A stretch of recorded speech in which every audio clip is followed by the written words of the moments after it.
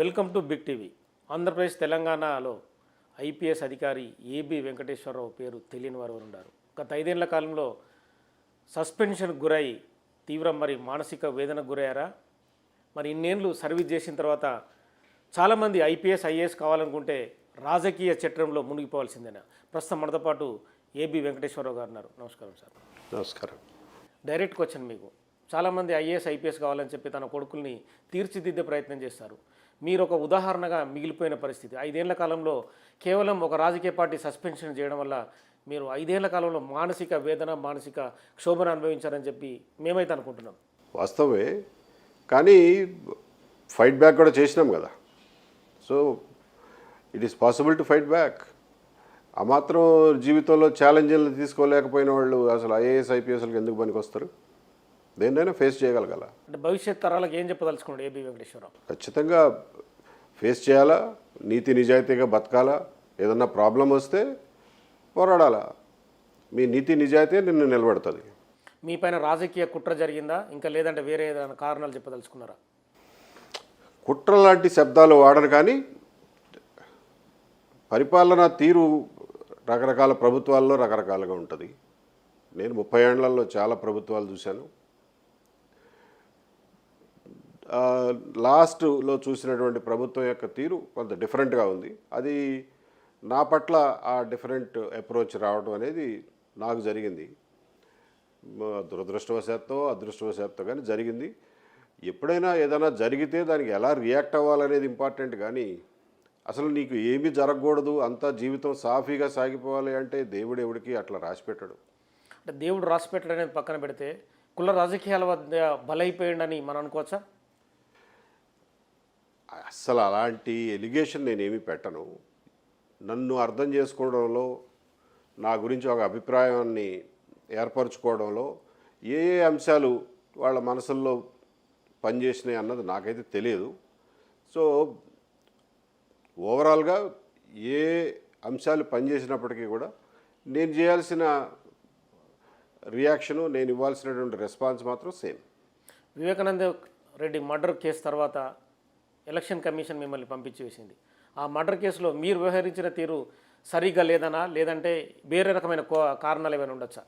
Election కమిషన్కి ఇచ్చినటువంటి ఫిర్యాదు అది పబ్లిక్ డొమైన్లో ఉంది కాబట్టి చెప్తున్నా. చెప్పాలి. అప్పట్లో ఎలక్షన్ కమిషన్కి ఇచ్చినటువంటి ఫిర్యాదు ఏమిటంటే, అప్పటి ప్రతిపక్ష పార్టీ ఇచ్చిన ఫిర్యాదు ఏమిటంటే, ఎక్కడో శ్రీకాకుళం జిల్లాలో ఎవరో డబ్బులు తీసుకెళ్తుంటే చెక్ పోస్ట్ దగ్గర ఆపితే నేను ఎస్పీకి ఫోన్ చేసి ఇడిపించినానని చెప్పి ఫిర్యాదు పెట్టారు.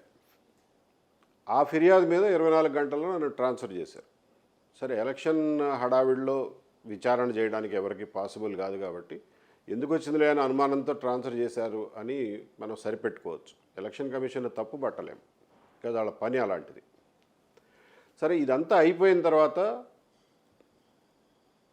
అయినా ఏమన్నా విచారణ చేశారా, ఆ విచారణలో ఏమన్నా తేలిందా అని చెప్పి నేను సమాచార హక్కు చట్టం కింద అడిగితే, విచారణ చేసినట్లుగా కానీ అందులో ఏ తప్పు తేలినట్టుగా కానీ మా దగ్గర సమాచారమే లేదు అన్నారు. నేననేది ఏంటంటే, అంత పెద్ద అభియోగాలు మోపినప్పుడు, ఒక ఆఫీసర్ మీద మోపినప్పుడు దాన్ని కనీసం విచారణ చేసి నిజమో కాదో తేల్చాల్సినటువంటి బాధ్యత వాళ్ళకు ఉండింది. అది కూడా వాళ్ళు చేయలేకపోయారే అనిపించింది. తర్వాత ఆ ఆరోపణ ఎంత అర్థంలేని ఆరోపణ అనేది అప్పట్లో అక్కడ ఉన్నటువంటి ఎస్పీ గారు, ఇప్పుడు రిటైర్ అయ్యారు, ఆయన ఇమీడియట్గా రిప్లై రాసి పంపించాడు. అసలు ఇది కంప్లీట్ అవాస్తవం, కంప్లీట్ అబద్ధం అని చెప్పి. అయినా సరే ఎలక్షన్ కమిషన్ దాన్ని, ఆ విచారణని రికార్డ్ చేసి దానికి ఒక కంక్లూజన్ ఇవ్వాల్సింది ఇవ్వలే. అంటే మీ పర్సెప్షన్లో ఏం తేలిందని మీరు అనుకుంటున్నారు? అప్పుడు ఏమి లేదు తేలడానికి, అసలు కంప్లీట్ అబద్ధం. అంటే ఇంటెలిజెన్స్ చీఫ్గా పనిచేసిన క్రమంలో మీకు చాలా విషయాలు తెలిసి ఉంటాయి వివేకానంద రెడ్డి మర్డర్ కేసుకు సంబంధించి. అంటే అక్కడ నుంచి ఏబి వెంకటేశ్వరరావు తప్పించాలనే వేరే ఉద్దేశంలోనే ఈ ఆరోపణలు పెట్టారు అనుకోవచ్చా? తెలీదు. నేనేమి ఇప్పుడు నేనేమన్నా మాట్లాడితే అది నేను ఎలిగేషన్ చేసినట్లు ఉంటుంది, నేను ప్రూవ్ చేయాల్సి వస్తుంది. బట్ టైమింగు అవన్నీ కూడా మీరు చూస్తే అదే టైంలో జరిగినాయి ఇవన్నీ. అంటే చాలా విషయాలు వివేకానంద రెడ్డికి సంబంధించి కావచ్చు, చాలా విషయాలు మీరు గమనించే ఉంటారు యాజ్ ఏ ఇంటెలిజెన్స్ చీఫ్గా. సో ఫర్దర్గా ముందుకెళ్తే కనుక చాలా సమస్యలు వస్తాయనే భావన ఉందనుకుంటారా, లేదంటే మిమ్మల్ని ఇబ్బంది పెట్టాలి అన్న కోణం ఇక్కడ కనిపిస్తుందా? తెలియదండి వాళ్ళని ఏం మోటివేట్ చేశాయో, ఏ అంశాలు మోటివేట్ చేశాయో తెలియదు. కానీ మొత్తానికి చివరికి జరిగింది మాత్రం లేని ఆరోపణలు నా మీద వేయడం, ఆ ఆరోపణల్ని అభాండాలని నేను ఇప్పటివరకు ఎదుర్కోవాల్సి రావడం, దానివల్ల జరిగినటువంటి పాలనాపరమైన నిర్ణయాలు లైక్ సస్పెన్షను ఇవన్నీ చేయడంతో వాటన్నింటినీ ఒకదాన్నొకటి ఫైట్ చేసుకుంటూ క్లియర్ చేసుకుంటూ రావాల్సి వచ్చింది. ఇంట్లో కుటుంబ పరిస్థితి కూడా కొంచెం వేరుగా చూడొచ్చు. ఎందుకంటే వెంకటేశ్వరరావు గారు సీనియర్ ఆఫీసర్గా ఉమ్మడి ఆంధ్రప్రదేశ్లో చాలా పకడ్బందీగా పనిచేశారు. తదుపరి ఈ 5 ఏళ్ల కాలంలో మీ కుటుంబంలో పరిస్థితి ఎలా ఊహించవచ్చు? నిజానికి వాళ్ళందరూ ఇలా జరిగినప్పుడు ఇలా కూడా జరుగుతుందా అని చెప్పి షాక్ అయ్యిన మాట వాస్తవమే. కానీ తర్వాత మెల్లగా ఆలోచిస్తే ఎవ్వరూ కన్నీరు చుక్క బయటకు రావద్దు. మీకు ఇప్పుడు కూడా మీకు మాటలు రాని పరిస్థితి వస్తుంది. ఎందుకంటే గొంతులో బాధను దిగమింగుకొని మాట్లాడుతున్నారు. ఎవ్వరూ కన్నీటి చుక్క బయటికి రావద్దు. ఎందుకంటే కన్నీటి చుక్క బయటకు వస్తే నీకు అన్యాయం చేసిన వాడు గెలిచినట్లే. కాబట్టి ఫైట్ చేద్దాం తప్ప బాధపడొద్దు అనే నిర్ణయం తీసుకున్నాం కుటుంబ పరంగా. ఆ నిర్ణయానికే మా కుటుంబంలో ప్రతి ఒక్కరూ కట్టుబడి ఉన్నారు. ఎవ్వరూ కూడా ఒకరోజు కూడా బాధను వ్యక్తం చేయలా. లోపల ఉన్నా కానీ అలాగే పెట్టుకుని ఉన్నారు. అంటే భావాలు కూడా పంచుకుంటారా కనీసం ఇంట్లో? కరెక్ట్, భావాలు పంచుకుంటాము. ఫైట్ చేయండి, నెక్స్ట్ ఏంటి, ఎప్పుడు కోర్టు ఎప్పుడు, పేషీ ఎప్పుడు అని అడగడమే తప్ప ఎప్పుడు కూడా నన్ను వెనకలాగడానికి ఎవరు ప్రయత్నం చేయాల. సో కుటుంబం ఆ రకంగా చాలా స్ట్రాంగ్గా నాతో పాటు నిలబడింది. మీరు ఎక్కని మెట్లు లేవు, తిరగని కోర్టులు లేవు ఈ 5 ఏళ్ల కాలంలో. రైట్. సుప్రీంకోర్టుకు వెళ్ళి కూడా హార్ష్గా మాట్లాడిన పరిస్థితి. రైట్. ఏం చెప్పదలుచుకుంటాడు ఏబి వెంకటేశ్వరరావు? ఎవరికైనా అన్యాయం చేస్తే తలంచుకుని వెళ్ళిపోతారు అని అనుకోవద్దు. తిరగబడతారు. తిరగబడి ప్రశ్నించినప్పుడు నీ దగ్గర దానికి సరైనటువంటి సమాధానం ఉండాలి. ఆ సమాధానం లేనప్పుడు ఎవరికి అన్యాయం తలపెట్ట మాకు అని చెప్పి చెప్తున్నాను. మీ చివరి రోజు ఉద్యోగం కూడా బలవంతంగానే మీకు వచ్చినట్టు అనిపిస్తుంది. అంటే ప్రభుత్వం ఏదైతే 5 ఏళ్ల క్రితము మే 30 తారీఖు రోజు జియో విడుదల చేసిందో మళ్ళీ అదే మే 30 వచ్చింది. తిరిగి 5 ఏళ్ల కాలం చూసుకుంటే ఒక్కరోజే ఉద్యోగం చేశారు. మీకు మెడల్స్ కూడా ఉన్నాయి. ఆ మెడల్స్ గురించి ఏం చెప్పదలుచుకున్నారు? ఆ రోజు ఉద్యోగం చేసిన సంతృప్తి ఎలా ఉంది మీకు? సుదీర్ఘ పోరాటం తర్వాత మీరన్నట్లు చాలా కోర్టుల మెట్లు ఎక్కి దిగిన తర్వాత చివరికి ఇంకా ఆ రోజున క్యాట్ ఆర్డర్ని ఇంప్లిమెంట్ చేయకపోతే కంటెంప్ట్ అయ్యే ప్రమాదం కూడా ఉండింది. సో దానివల్లనే ఏమో కానీ 30వ తారీఖు అర్ధరాత్రి సస్పెన్షన్ నుంచి రివోక్ చేసినట్టుగా జీవో ఇష్యూ చేశారు. 31వ తారీఖు ఉదయం 11 గంటలకి పోస్టింగ్ ఆర్డర్స్ ఇష్యూ చేశారు. సో మొత్తానికి చివరి రోజునైనా నేను యూనిఫామ్లో రిటైర్ అవ్వగలిగాననే సంతృప్తి అయితే దొరికింది. దానికోసం అంతవరకు పడినటువంటి కష్టాలన్నీ ఇట్ ఈస్ వర్త్ ఇట్ అనే అనిపించింది. ఎలక్షన్ కమిషన్ అండర్లో ఉన్న ప్రభుత్వం కూడా మీకు మళ్ళీ ఉద్యోగం ఇవ్వడంలో కూడా తాత్సారం చేయడం వెనుక ఆంతర్యం ఏమనుకోవచ్చు? అంటే ఒక ప్రశ్న ఏమనుకోవద్దు. ఇక్కడ నుంచి ఫోన్ లండన్కి వెళ్ళింది, లండన్ నుంచి పర్మిషన్ వచ్చిన తర్వాతనే మీకు ఆ ఒక్కరోజు ఉద్యోగం కూడా ఇచ్చారనేది ఆరోపణ. అది ఒక రకమైన గాసిప్ అనేది తెలుస్తుంది మాకు. తెలియదండి నాకు లోపల ఎవరెవరికి ఫోన్ చేశారో నాకేం తెలుస్తుంది. కానీ ఎలక్షన్ కమిషన్ ఏం వ్యూ తీసుకుందంటే ఇది అడ్మినిస్ట్రేటివ్ మ్యాటరు. సో గవర్నమెంట్ అడ్మినిస్ట్రేషన్గా ఒక డెసిషన్ తీసుకోవాలి అని వాళ్ళు అనుకున్నట్లా ఉన్నారు. అంటే రాంగ్ పర్సెప్షన్ పోతుంది. ఐఏఎస్లు ఐపీఎస్లలో కూడా సివిల్ సర్వీసెస్ అధికారులని ఈ రకంగా వేధిస్తే రేపు పొద్దున పరిస్థితి ఏంటనేది ఉత్పన్నమైన తర్వాతనే మీకు ఒక్కరోజు కూడా ఉద్యోగం ఇచ్చారనేది రాంగ్ పర్సెప్షన్స్ ఇప్పటికే పోవాల్సిన వాటికంటే ఎక్కువ పోయినాయి. ఈ ఒక్క నిర్ణయం వల్ల రాంగ్ పర్సెప్షన్స్ ఏం మారతాయని నేను అనుకోను. That may not be the reason. Chief సెక్రటరీని కలిసిన తర్వాత అంటే మీ మధ్య జరిగిన సంభాషణ బయటికి చెప్పకపోవచ్చు కానీ అంత దాచుకోవాల్సింది కూడా ఏం లేదు. ఆయన కాగితం ఇచ్చాను, ఆయన చూస్తానన్నారు. That's all. ఐఏఎస్లు ఐపీఎస్లు అంటేనే ఒక రాష్ట్రానికి ఒక దేశానికి కలిసి పనిచేయాలి, అభివృద్ధికి ముందుకెళ్ళాలి. కానీ ఇక్కడ గ్యాప్ చాలా కనిపిస్తుంది. యాజ్ ఏ సీనియర్ ఆఫీసర్గా రిటైర్ అయిన అధికారిగా మీరు ఏం చెప్పదలుచుకున్నారు? ఒక ఇష్యూ జరిగినప్పుడు వ్యవస్థ కానీ ఐఏఎస్ ఐపీఎస్ అసోసియేషన్లు కానీ ఇంత అచేతనంగా ఉండకూడదు. ఇంత అచేతనంగా ఉంటే అది మంచిది కాదు వ్యవస్థకి. ఇంతకుముందు నేను కూడా ఐపీఎస్ అసోసియేషన్కి సెక్రటరీగా చేశాను ఒక టర్మ్ 2 సంవత్సరాల పాటు. సెక్రటరీగా చేసినప్పుడు నా దృష్టికి ఏ ఐపీఎస్ ఆఫీసర్కి ఏ రకమైనటువంటి కష్టం వచ్చిందని నా దృష్టికి వచ్చినా కానీ ఎవరో అడగకుండానే, ఎవరో నన్ను రిక్వెస్ట్ చేయకుండానే నా అంతట నేను దాన్ని బాధ్యతగా తీసుకుని వెళ్ళి ఆ ప్రాబ్లం సాల్వ్ చేయడానికి ప్రయత్నం చేసేవాడిని. ప్రాబ్లం సాల్వ్ చేయలేకపోతే కనీసం వాళ్ళ కష్టం ఉన్న సమయంలో వాళ్ళ పక్కన నుంచుని ధైర్యం చెప్పేవాడిని. ఓకే, బాధపడకండి, మేమున్నాం, we'll take care of your family అని చెప్పి వాళ్ళ కుటుంబంతో సహా నుంచునేవాళ్ళం. అది మినిమం కర్తవ్యం, కర్టసీ మినిమం కర్తవ్యం ఈ అసోసియేషన్లకి. ఆ మాత్రం సంఘీభావం లేకపోతే ఆఫీసర్ల అసోసియేషన్లు రేపొద్దున ఐసోలేట్ అయిపోతాయి. అది దీర్ఘకాలికంగా సర్వీసెస్కి మంచిది కాదు. ఇప్పుడు తాజాగా నడుస్తుంది ఫోన్ ట్యాపింగ్ వ్యవహారం. అప్పట్లో మీరు చంద్రబాబు నాయుడు గవర్నమెంట్లో పెగాసస్ సాఫ్ట్వేర్ కొన్నారన్న ఆరోపణలు మీ పైన ఉన్నాయి. అది ఎంతవరకు వాస్తవం, ఎంతవరకు అవాస్తవం? అది నేను అందుకే ఇది చాలా సెన్సిటివ్ ఇష్యూస్ కాబట్టి నేను అప్పుడే ప్రెస్ మీట్ పెట్టి మా జమానాలో కొనలేదు, వాడలేదు, అసలు ఎట్టి పరిస్థితుల్లోనూ మా టైం వరకు నేను గ్యారంటీ ఇస్తున్నానని చెప్పి ప్రజలకు చెప్పాల్సి వచ్చింది. చెప్పానని చెప్పి దాని మీద ఒక విచారణ వేశారు. నువ్వెవడు ప్రెస్కి వెళ్ళి మాట్లాడడానికని. అంటే ఒక ఆఫీసర్ హయాంలో, ఒక గవర్నమెంట్ హయాంలో కొన్నారు, వాడారు అని చెప్పి అభియోగాలు వచ్చినప్పుడు ఈధర్ ఇప్పుడున్న గవర్నమెంట్ అన్నా దాన్ని ఖండించాలా, లేదా మా దగ్గర లేదు అని చెప్పి చెప్పాలా, లేదంటే ఇప్పుడున్న ఆఫీసర్లన్నా దాని గురించి ఖండించాలా, లేదండి అప్పట్లో ఉన్న ఆఫీసర్లు ఎవరు కొనలేదు అని చెప్పి. వాళ్ళిద్దరూ చేయకుండా నన్ను పేరు పెట్టి నేనేదో చేశానని చెప్పి ప్రజల్లో ఒక రకమైనటువంటి అభద్రతా భావాన్ని కలగజేసి నన్ను, నా క్యారెక్టర్ని రోడ్డు మీదకి లాగినప్పుడు నన్ను నేను డిఫెండ్ చేసుకోకపోతే ఇంకా దాన్ని ఒప్పుకున్నట్లయితుంది. కాబట్టి నేను మీడియా ముందుకు వచ్చి మా టైంలో అది జరగలేదు, అలాగే డీజీపీ ఆఫీస్ కూడా అంతకుముందు 6 నెలల ముందే మా దగ్గర అలాంటి సాఫ్ట్వేర్ ఏమీ లేదు అని చెప్పి సమాచార హక్కు కింద లెటర్ ఇచ్చింది. సో మళ్ళా చెప్పాల్సి వచ్చింది. మా దగ్గర ఎప్పుడు జరగలేదండి. మామూలుగా కాకి చొక్క ఉన్నంత వరకే కంట్రోల్లో ఉంటారని చెప్పి అంటారు. తదుపరి అదే సినిమాలో పాపులర్ డైలాగ్ కూడా మీ విషయంలో అనుకోవచ్చా? నెక్స్ట్ మీరు వేయబోయే అడుగులు ఎలా ఉండబోతున్నాయి?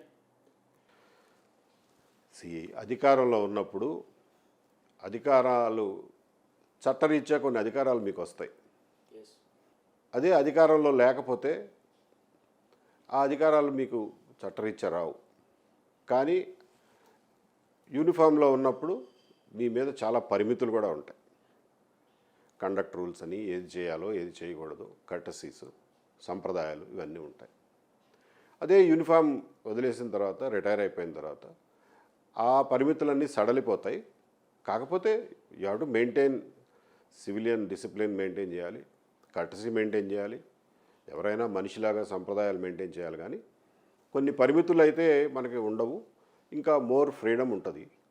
సో ఈ మోర్ ఫ్రీడమ్ ఉన్న టైంలో ఏం చేయొచ్చు అనేది ఆలోచించుకోవాలి. అంటే సస్పెన్షన్ జరిగిన క్రమంలో కూడా అంటే మీకు ఫస్ట్ ఒకసారి May 30 రోజు జీవో ఇచ్చిన పరిస్థితి, తదుపరి ఏం జరిగింది? మళ్ళీ May 30న ట్రాన్స్ఫర్ జీవో ఇచ్చారు. ఇక ఆ తర్వాత నుంచి పోస్టింగ్ ఇవ్వాలా, జీతం ఇవ్వాలా. సో పోస్టింగ్ జీతం ఇవ్వట్లేదు మహాప్రభు, ఇవ్వండి అని చెప్పి ఒక 7-8 నెలల తర్వాత 2 ఉత్తరాలు పెట్టాను, రిక్వెస్ట్లు పెట్టాను. ఆ రిక్వెస్ట్లు పెట్టిన 10 రోజుల్లో సస్పెండ్ చేశారు. దాని నుంచి బయటపడడానికి 2 సంవత్సరాల 3 నెలలు పట్టింది. మళ్ళీ ఉద్యోగం ఇచ్చి 14 రోజుల్లో మళ్ళీ సస్పెన్షన్ చేశారు. 2 times అయింది. దాని నుంచి బయటపడడానికి ఇంకో 2 ఏళ్ళు పట్టింది. ఈ లోపల 5 ఏళ్ళు కంప్లీట్ అయిపోయింది, సర్వీస్ కూడా అయిపోయింది. ఓకే, సుప్రీంకోర్టు సాక్షిగా ఎవరిని వదిలిపెట్టనని ప్రతిజ్ఞ చేశారు. మీ పగా ప్రతీకారం ఎవరిపైన? హైకోర్టు నా అప్పీల్ని మన్నించింది, సస్పెన్షన్ కొట్టివేసింది. ఈ రోజున దేశంలో అత్యున్నత న్యాయస్థానం సుప్రీంకోర్టు కూడా అదే విషయాన్ని ధృవీకరించింది. కానీ ఇదంతా జరగడానికి 2 సంవత్సరాల 2 నెలలు పట్టింది. ఇదంతా ఎందుకు జరిగింది? దీనికి కారకులు ఎవరు? ఈ రోజున రాష్ట్ర ప్రభుత్వం, ఆంధ్రప్రదేశ్ రాష్ట్ర ప్రభుత్వం సుప్రీంకోర్టులో ఈ కేసు ఓడిపోవడానికి కారణం ఎవరు? ఏ బావ కళ్ళల్లో ఆనందం కోసం ఇదంతా చేశారు? ఏ సైకో కళ్ళల్లో ఆనందం కోసం ఇదంతా చేశారు? ఏ శాడిస్ట్ కళ్ళల్లో ఆనందం కోసం ఇదంతా చేశారు? వస్తుంటారు పోతుంటారు. నా సర్వీస్లో 10-12 బ్యాచ్లు చూశా. అలాగే చీఫ్ సెక్రటరీలు వస్తుంటారు పోతుంటారు, 15-20 మందిని చూశా. కానీ ప్రజలు శాశ్వతం. ప్రజలు రాసుకున్న శాసనం శాశ్వతం. ఆ శాసనం ద్వారా ఏర్పడిన ప్రభుత్వం శాశ్వతం, న్యాయం శాశ్వతం, ధర్మం శాశ్వతం. నేను లోకల్, ఎవరిని వదిలిపెట్టను. ఇట్స్ నాట్ పగా ప్రతీకారం. See what I'm saying is, తప్పు చేసిన వాళ్ళు రేపొద్దున మనం నిలదీయకపోతే రేపొద్దున 10 మంది ఆఫీసర్లకు కూడా ఇదే పరిస్థితి కలగజేస్తారు. తోటి అధికారులు గవర్నమెంట్ని తప్పుదారి పట్టించకూడదు కదా, గవర్నమెంట్కి అబద్ధాలు చెప్పకూడదు కదా, తప్పుడు రిపోర్ట్లు రాయకూడదు కదా. నేను చెప్పింది అదే. ఒక ఫాల్స్ డాక్యుమెంట్ని క్రియేట్ చేయకూడదు కదా, ఫోర్జరీ డాక్యుమెంట్ని క్రియేట్ చేయకూడదు కదా. అవన్నీ చేశారు. మీకేం పని రా ఇదంతా? నేను నిజంగా తప్పు చేస్తే ఎస్ ఇది జరిగిందని చెప్పొచ్చు. అది జరిగిందని చెప్పండి. లేనిపోయిన అబద్ధాలు ఎందుకు చెప్పారు గవర్నమెంట్కి? గవర్నమెంట్కి ఏం తెలుస్తుంది? నువ్వు పంపిన రిపోర్టే వాళ్ళకి సమాచారం, దాన్ని బేస్ చేసుకుని యాక్ట్ చేస్తుంది గవర్నమెంట్. సో ఈ తప్పుడు రిపోర్ట్లు పంపిన వాళ్ళు, ఫోర్జరీలు చేసిన వాళ్ళు, తప్పుడు డాక్యుమెంట్లు క్రియేట్ చేసిన వాళ్ళు, వాళ్ళని ఖచ్చితంగా నేను ప్రశ్నిస్తా, వాళ్ళని చట్టం ముందు నిలబెడతా. దాన్ని పగా ప్రతీకారం అనుకుంటారో లేకపోతే అది నేను చేయాల్సినటువంటి బాధ్యత అనుకుంటారో మీ ఇష్టం. ఇటీవల మాచర్ల ఎన్నికకు సంబంధించి మీ బంధువు ఐజీ ఉన్నారు, అల్లర్లకు మీరే కారణం అని చెప్పి వైసీపీ కంప్లైంట్ ఇచ్చింది ఎలక్షన్ కమిషన్కి. అందరూ నా బంధువులే అయిపోతారండి. ఆయన ఎవరో పాపం త్రిపాఠి అని యూపీ నుంచి వచ్చిన ఆయన, యూపీయో బీహారో, అది కూడా నాకు కరెక్ట్గా తెలియదు. ఆయన నాకు బంధువు ఎట్లయితాడు? సో ఆరోపణలు ఎంత అసంబద్ధంగా ఉంటాయో అని చెప్పడానికి ఇది ఒక ఉదాహరణ. అంటే ఆ ఇష్యూకి మీకు ఎలాంటి సంబంధం లేదు? అస్సలు సంబంధమే లేదు. తదుపరి ప్రత్యక్ష రాజకీయాలకు ఏబీ వెంకటేశ్వరరావు వచ్చే అవకాశం ఉందా, లేదంటే కొత్త గవర్నమెంట్ ఫామ్ అయితే ఏమన్నా ప్రధాన సలహాదారుగా అవకాశం ఇస్తే వెళ్ళే అవకాశం ఉందా? నేను అసలు వేటి గురించి ఆలోచించట్లేదు. ఇప్పటి వరకు నా జీవితం ఒకలా గడిచింది. సర్వీస్లో ఉన్నప్పుడు సర్వీస్ చివరిలో 5 సంవత్సరాలు నన్ను నేను డిఫెండ్ చేసుకోవడానికే సరిపోయింది. నాకున్న జ్ఞానం, నాకున్న ఎక్స్పీరియన్సు, నాకున్న స్కిల్స్ ఉపయోగించి ప్రజలకు ఏదైనా ఉపయోగపడే పని ఏ రకంగా చేయగలను అనేది ఆలోచించుకుని దానికి ఉన్న సాధ్యాసాధ్యాలని బట్టి ముందుకు పోతాను తప్ప నాకు ఫలానాది కావాలి లేదా ఫలానా రకంగానే పోతాననే స్థిరమైనటువంటి ఆలోచనలు ఏమి లేవు. ఇంకో క్వశ్చన్ మీరేమనుకుంటే, 2019లో ఏబీ వెంకటేశ్వరరావు ఒక తప్పుడు రిపోర్ట్ ఇచ్చాడు, దానివల్లే చంద్రబాబు నాయుడు ఓడిపోయాడు అనేది ప్రధాన ఆరోపణ. టీడీపీ వాళ్ళు కూడా చేసిన పరిస్థితి ఉంటుందండి. యాక్చువల్గా ఎలక్షన్స్లో రిజల్ట్స్ అనూహ్యంగా వచ్చినప్పుడు ఎందుకు ఇలా జరిగింది అని కింద మీద పడడం సహజం. అప్పుడు ఎలా జరిగి ఉంటుంది అని చెప్పి ఎవరో ఒకళ్ళని బ్లేమ్ చేయడానికి ట్రై చేస్తారు. ఒక్కళ్ళు అసలు తప్పుడు రిపోర్ట్లు ఏబీ వెంకటేశ్వరరావు రిపోర్ట్లు ఇవ్వడు ఎలక్షన్ రిజల్ట్స్ గురించి. రెండోది నేను ఇచ్చిన తప్పుడు రిపోర్ట్ వల్ల అక్కడ ఏదో జరిగిపోయింది అనేది అవాస్తవం. ఎలక్షన్ ఓడిపోయిన హీట్లో ఏదేదో అనుకుంటారు, కానీ దాన్ని నేను ఎవరిని తప్పుపట్టను. ఎవరి అభిప్రాయాలు వాళ్ళవి. అంటే ఆ భావన కూడా చంద్రబాబు కలిగిందనేది మీకేమైనా ఇన్ఫర్మేషనా? లేదండి, అంత నేరోగా ఎవరు ఆలోచించరు. రాజకీయ నేతలు పర్టికులర్గా అధికారులు ఉన్న వారి చేతిలో పోలీసు వ్యవస్థ బందీ అయింది అనేది చాలా వరకు ఆరోపణ. రాజకీయ చేతుల్లో బందీలుగా సివిల్ సర్వీస్ అధికారులు వాళ్ళు చెప్పినట్టుగానే అడుగులకు మడుగులొత్తడం జరుగుతుందని ఇప్పుడున్న సమాజంలో చూడొచ్చా? అట్లా అని చెప్పలేమండి, బికాజ్ అంతకుముందు ఎప్పుడు జరగలేదుగా ఇలా. సో ఈ మధ్యకాలంలో కొన్ని వికృతమైనటువంటి పరిణామాలు చూస్తున్నాం. వాటిని సరి చేసుకోవాల్సిన అవసరం కూడా ఉంది. ఇప్పుడు పోలీస్ వ్యవస్థ అనేది ప్రజలందరూ డబ్బులు వేసుకుని మమ్మల్ని రక్షించండి అని చెప్పి ఒక చట్టం రాసుకుని ఈ చట్టం ప్రకారం మమ్మల్ని రక్షించండి అని చెప్పి ఏర్పరచుకున్న వ్యవస్థ. అది ప్రజలకు జవాబుదారీగా ఉండాలి, చట్టానికి జవాబుదారీగా ఉండాలి, కోర్టులకు జవాబుదారీగా ఉండాలి తప్ప ఏ ఒకరికో ఇద్దరికో లేకపోతే ఒక గవర్నమెంట్కో కేవలం జవాబుదారీగా ఉండకూడదు.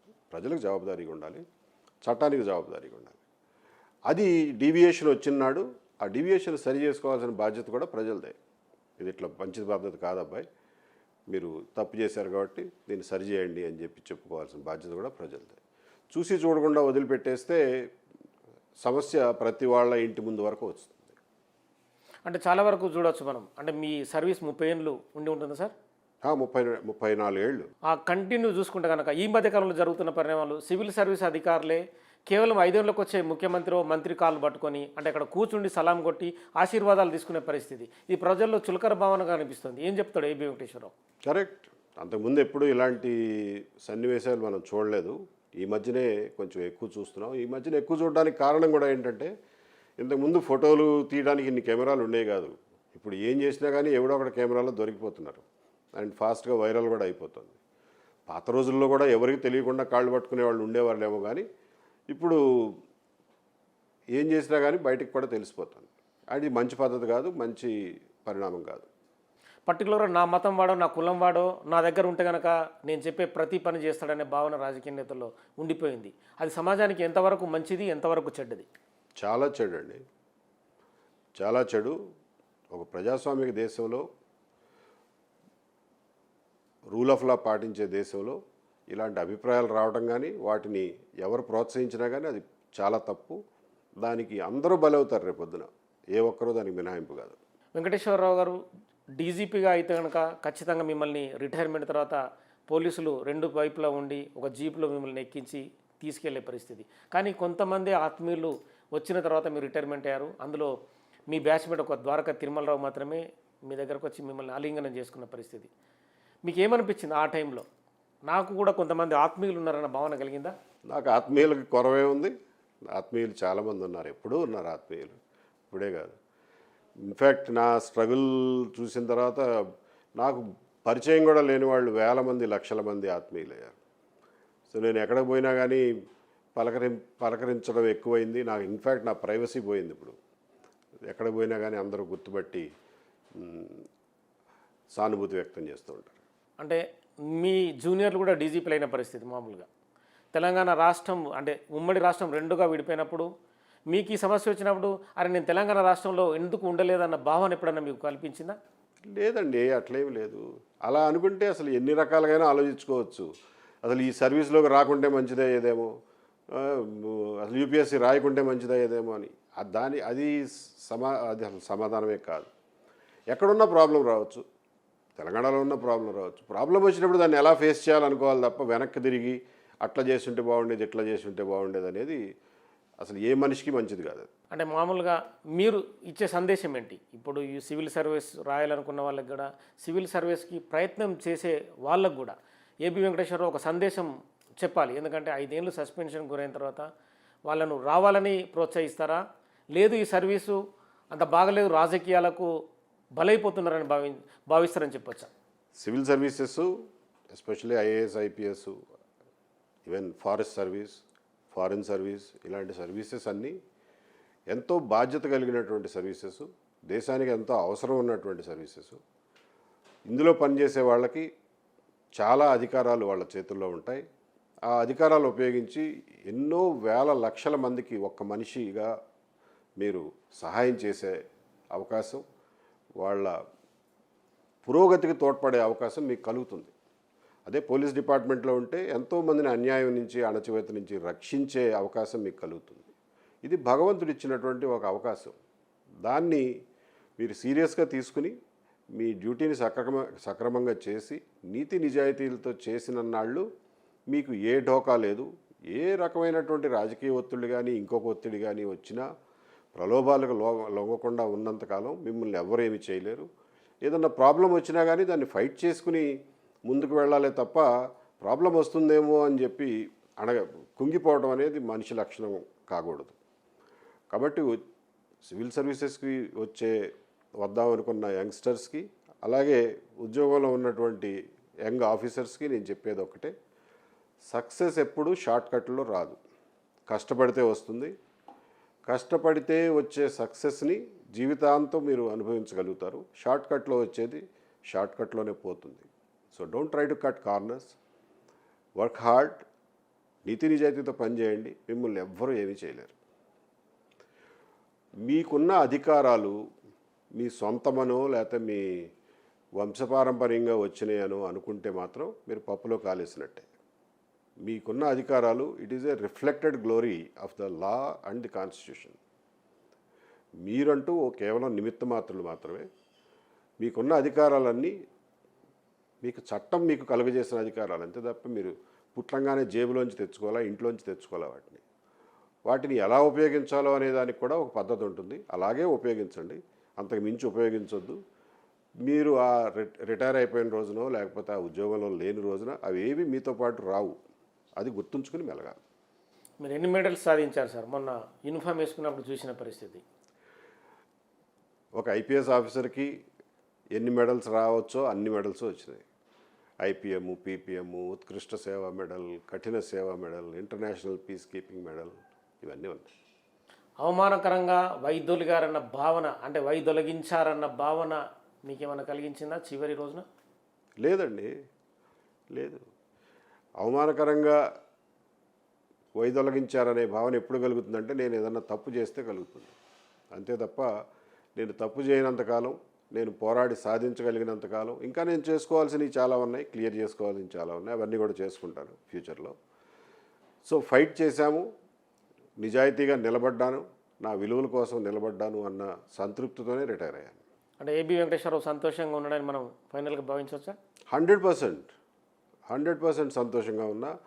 నేను పడిన శ్రమకి, నేను పడిన కష్టానికి, ప్రజలు నాతో ఐడెంటిఫై చేసుకున్న దానికి, వాళ్ళ నుంచి నాకు వచ్చినటువంటి సంఘీభావానికి నా గుండెలు నిండిపోయినాయి. And I'm extremely happy. Thank you sir. Thank you. So మొత్తానికైతే ఏబి వెంకటేశ్వర గారు చెప్తున్న పరిస్థితే, అంటే భవిష్యత్తులో ఐఏఎస్ ఐపీఎస్ కావాలనుకున్న వారు కూడా ధైర్యంగా ముందుకు రావాలంటున్నారు.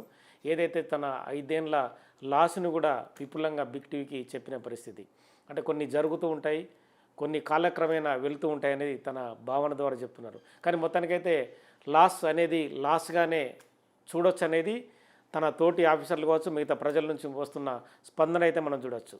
Signing off. చూస్తూనే ఉండండి బిగ్ టీవీ.